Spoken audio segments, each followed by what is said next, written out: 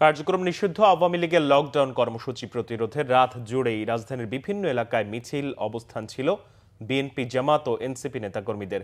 কয়েকটি ককটেলের বিস্ফোরণ ছাড়া পুরো রাজধানী ছিল শান্ত।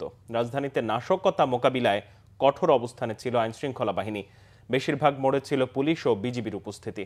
আন্তর্জাতিক অপরাধ ট্রাইব্যুনাল ঘিরে ছিল কঠোর নিরাপত্তা বলয়। এদিকে রাত জুড়ে ঢাকা বিশ্ববিদ্যালয়ে অবস্থান ছিল শিক্ষার্থীদের। ডাকসু ভিপি সাদেক কায়েমের নেতৃত্বে লকডাউন মোকাবিলায় টিএসসির আশপাশে মিছিল করে শিক্ষার্থীরা। পরে মধ্যরাতে টিএসসিতে মিছিল করে ইনকিলাব মঞ্চ। আওয়ামী সন্ত্রাস রুখতে শিক্ষার্থীরা সবসময় প্রস্তুত রয়েছেন বলেও জানান তারা।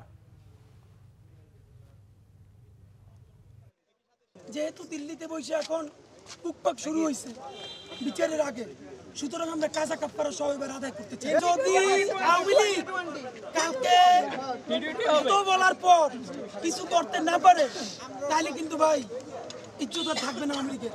হাসিনা ভারত থেকে ভিডিও পাঠাইছে, তাদের নাকি আপা আইতেছে, কিন্তু আমরা খুঁজতেছি কোন থাকলে জানাই যেন গর্ত থেকে কিছু বার হয়েছে।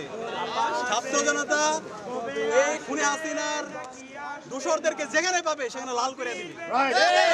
খুনি হাসিনার যত দূষর আছে বাংলাদেশে তাদের রাজনীতি করার অধিকার নাই।